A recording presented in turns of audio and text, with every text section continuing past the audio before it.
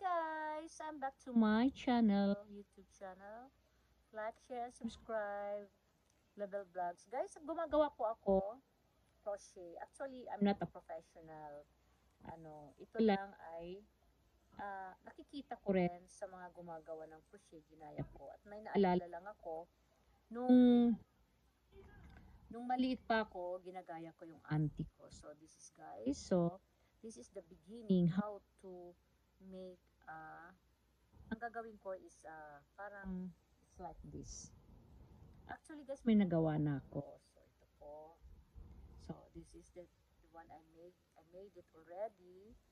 So red, and this is mga doilies siya. Ayan guys. So ito po is just only my hobby. So this is the beginning how to make a doily or a mantle or whatever. So ito po ang pinaka basic po. So, ito naman ang stick ang ginagamit ko. This one. So, since it's Christmas is just around the corner, so, the color is my favorite color now is green. So, ito po. So, guys. So, ito, gumagawa po ako ng another, placemat. Oh. Sige po. So, ito naman is just only my hobby ko. Ano lang ang gusto ko ilagay na color, pwede naman, di ba? So, ganun ang crochet. So, it's nice to make a crochet. Parang pampalipas din, di ba? Pampawala ng stress. Actually, ito na guys sa mga nagawa ko. This one. This one, oh, ayan, oh, nagawa ko. Marami na rin akong nagawa. May mga, pero ang pinaka-ano ko is this one. Ang pinaka-gusto kong gawin ay yung poster. Ayan, oh, red. So, nakikita ko rin sa ibang channel, mga gumagawa sila. So, yan, mga professional yon. So, ako naman, pinapanood ko lang sila. So, actually, marunong na ako, pero hindi naman ako ganun kagaling. Hindi naman, pero pwede na, di ba? Pag lagi mong ginagawa, so magaling ka na gumawa. So, pero I think, ito rin, ang ganda nito. I like this one. The color. Actually, itong thread na to, akala mo, iba-ibang thread. Isang thread lang to. Yung thread na yan may color. So, guys, itong nagawa ko, tingnan mo. This one, diba? Ang laki siya. Red and green for Christmas. So, ilalagay ko to sa baba, sa aking, doon sa sala.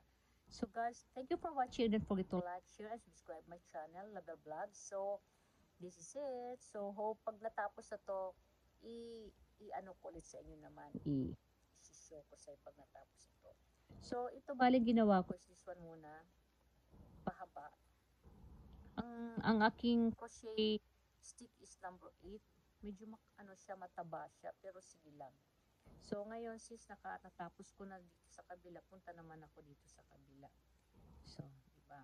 So, tingnan natin kung magiging perfect naman to. Pero, usually, perfect ko naman. Pag hindi, inaano ko ulit. Madali lang naman siya tanggalin eh. Parang, mo ulit siya, yung kanyang sinulid, right? So, guys, marami akong nakikita sa YT, mga nagaganito. Actually, this is a nice hobby. Lalo na ngayon, umuulan dito sa akin, sa lugar ko. So, this is a nice hobby. Pampawala ng stress at the same time, nakakagawa ka pa. Meron kang nagagawang maganda. Diba guys? Masyado mataba yung stick ko. I think palitan ko tong stick. Masyado siyang mataba, okay? So, dito tayo sa number 8. Oh, this is number 8. Ito is number, what number is this? Number 5. Masyado siyang mataba eh. So, dito tayo sa medyo, hindi ganun kataba yung kanyang stick. Okay, guys. So, this is it. So, pabalik-balik lang naman to. Yung mahilig gumawa ng ng crochet, matututo ka rin. Kung gusto mong matuto. I mean, so ako talaga, gusto ko to, noong ko pa to gustong gawin. So, medyo nabibisi lang tayo. So, pag wala akong time, pag may time ako, so nagagawa ko siya, guys. So, diba? So, it's just ito. Ganon. Actually, maano lang to, mura lang yung kanyang thread, mura marami ka nito mabibili. Ako nabili ko to sa Daiso. So, you have different colors of this threads. Ang ganda, napaka-colorful, di ba? Ganda tingnan. So guys, hope you like it. May ginagawa.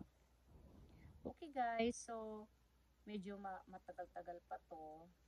Pag natapos to, so I will show it again. So ito na parang ganito yun, oh. Yan, di ba? Kadali lang.